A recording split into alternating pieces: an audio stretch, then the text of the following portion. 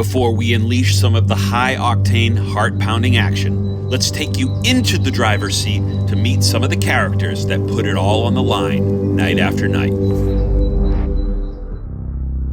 3, 2, right about as he says 1, I'm already stomping on the gas in reverse. I'm heading out. You know, he'll say 1, go. That's where you're supposed to go, but I'm lurching. I just stay in reverse, and I just push you out of there every time. You're not ready for that. No. I just like to bang you on the edge and bang you over here and bang you over here. Like I said, sometimes I'll rock you, other times I'll just hit you high enough where they're not gonna flag me out or, hey, 34, hit harder. Some people say it's not all about winning. It's all about winning. Yeah, especially in the Derby. Either you win or you don't win. You know what I mean? Either you're screaming with your team holding the trophy up in the air, or you're just walking away with your helmet in your hand. There's no in between. If there's no good job, there's no nothing. There's no sportsmanship medals, no. Nobody pats you on the back, no.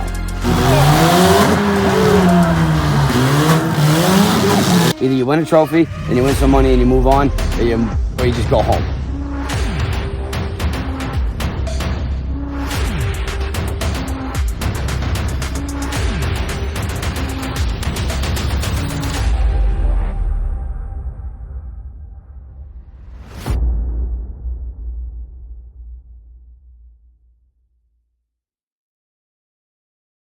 Meet Dave McDougall. It might be a stretch, I don't know, it doesn't really matter, but we're going to declare him the godfather of the Marshfield Fair Demolition Derby. Because if you're talking Derby, then you can't exclude the contributions of McDougall brothers and their team of racers and all the efforts that they put forth to make this Derby such an entertaining take for the entire community. Wally, good job. There's a winner.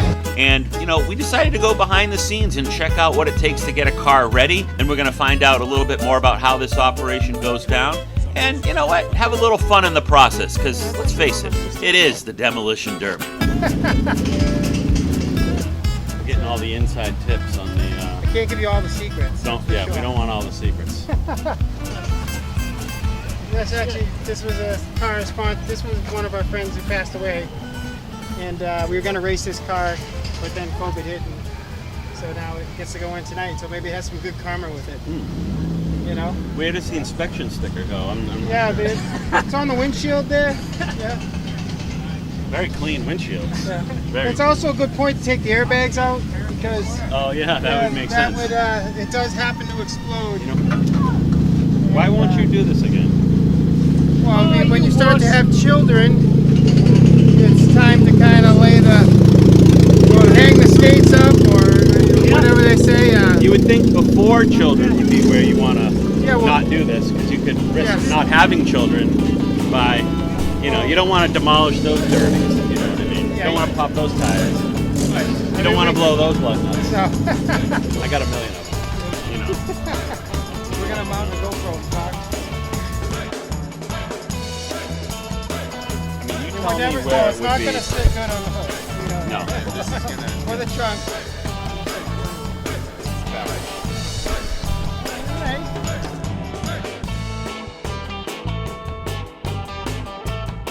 We're having fun. We're mounting the camera in the car. So we can just duck right away.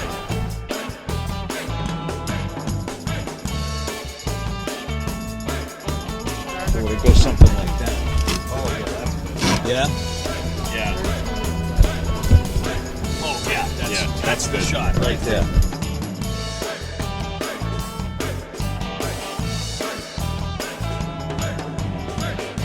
I mean, it could come down to the driver today. It could come down to just luck. We'll see what happens. You know? Some days you'd rather be lucky. Let's go McDougall brothers.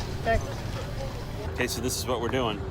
We've got our GoPro right inside here. It's the McDougall car, McDougall brothers, Las Vegas, Massachusetts, duct taped right to the seat.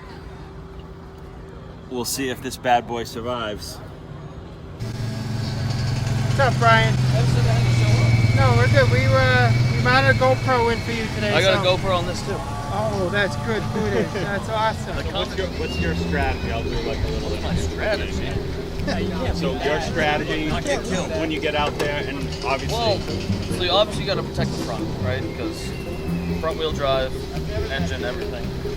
Nose to the outside, so they'll blow the horn and they'll come out and they'll say, "This is your one and only warning. If you do it again, you're out." It essentially runs until there's 2 cars left. Okay. So every heat, the last 2 cars that can still run and drive win. The championship's at the Middleborough Rotary next week, right? Right on the, friendlies and Yeah. Lorenzo's. The end of 44. You just go around, yeah. I know what you're talking about. I know exactly what you're talking about. And they just go around opposite directions, hit each other head on. Well, they got the figure 8 derby too. Yeah, but on the Rotary, that's a public road. Yeah, that's more fun. This is how crazy these people are. I say, let's do it on the Middleborough Rotary, and nobody looks at me. I mean, I would do it. I totally would. All right. You have satellite radio in there? You get jacked up? You guys listen to music? Do you put headphones on? You ever see Iron Eagle, that movie? Doug Masters. Oh, Jason Gedrick. Jason Gedrick. You ever see that? Oh yeah. Little Gossett Jr. Right. And he puts a Sony Walkman on his leg. But he has a Walkman and then he cranks like some 80s song. Let's see what you got. You sure you're up to it? To go rescue his father. Doug, it's your dad. He's been shot down. He hijacks like an F-15. They're going in against the clock in a pair of borrowed F-16s. And he's able to do it simply by, some security. Give me clearance. some love. Yep. There's plenty of room. Look, That's they took probably- everything out of the trunk. I'm just gonna jump in there. A tetanus shot recently? Oh sure. Oh yeah, I could totally fit in there. No. I don't know. It's like as soon as you drive him off the lot, it goes down 10%. Right, immediately. Everyone What's the shows best up. model of cars? Like, what's the... Toyota, Corolla. Yeah. And they're all rusted now. And then this year was hard because usually like $500 you can find a car no problem. Yes. This year, 900. scrap metal's through the roof. You can't find a used car. Rock TV's in the house again tonight. Go on your smartphone, download the app. How do you walk around the camera and play me on the show? Plymouth Rock TV. Pre-game here. So your strategy... Pray, a little bit of luck, a little bit of skill. Do you have fun. you go find somebody and you just go one by one, take them out, or is it just mayhem, chaos? Oh no, you can't. Even if you have a strategy to start, it all goes out the window because this person goes like it doesn't work.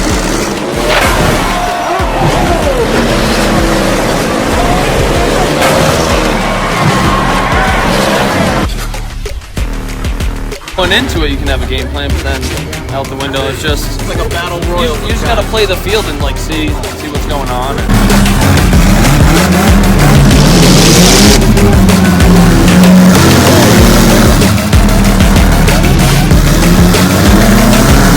At the very beginning, but then once I'm in it, like you like.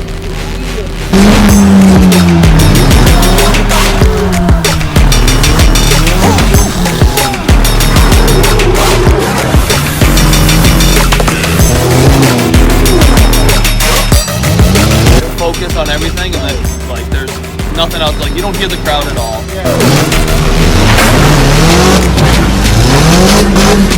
Like you focus in on whatever you're doing.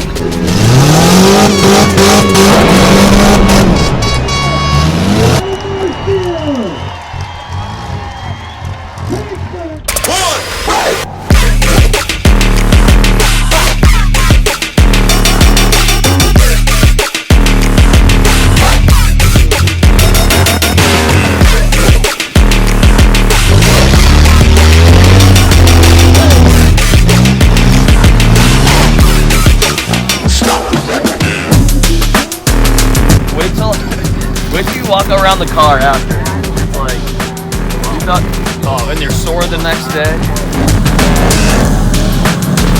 Like one of my friends ran the other night. She was in it for 15 minutes. There's no tires on the back.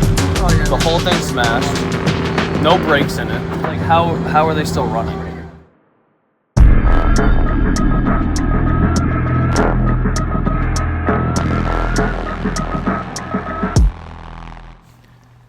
So if you're like most people in this country, you don't know jack squat about this insane sport. Let me do my best to explain what you're about to see. A demolition derby is a motorsport usually presented at county fairs, just like this one in Marshfield, Massachusetts. Before the action kicks off, the drivers line up outside of the dirt arena to be announced in WrestleMania style to thousands of jacked fans primed with fried dough, corn dogs, and 1 or 2 alcoholic beverages. The rules? Well, they vary from event to event, but the gist is to be the last driver with an operational vehicle. Drivers are usually required to crash into another vehicle every 2 minutes, or they can be labeled as sandbagging and be thrown out of the event. Hitting the driver intentionally on the driver's side door and sometimes rolling another car intentionally are also grounds for disqualification. As you can imagine, all the glass must be removed from the vehicle prior to the event, and each driver must wear a seatbelt and a helmet. Seems like common sense, but come on, this is crazy. The cars are also modified with roll bars and cages to protect the drivers. Can injuries still happen? You bet. Whiplash and other minor bumps and bruises can occur, but for the most part, the drivers, if experienced, are safe. Now, depending on the sanctioning body, it may be illegal for multiple cars to collaborate and gang up on opposing cars in a sandwich malachi crunch type of effort. And this could also result in disqualifications for anybody involved. So the enforcers or referees must be vigilant. How long do one of these events take place? Well, it depends, but normally they can last anywhere from 10 to 30 minutes. Well, how does most of the hitting take place? Well, usually you'll see something like this, where they'll go high speed in reverse to keep the vital organs of that car intact, which of course are under the hood. So what is at the pot at the end of the rainbow for the victors? I'm sure you're asking that question. Well, usually it's a small cash prize that wouldn't even cover the cost of the fuel. Oh, and you get this recycled Pinewood Derby trophy that the winner can hoist to the thousands of fans cheering them on.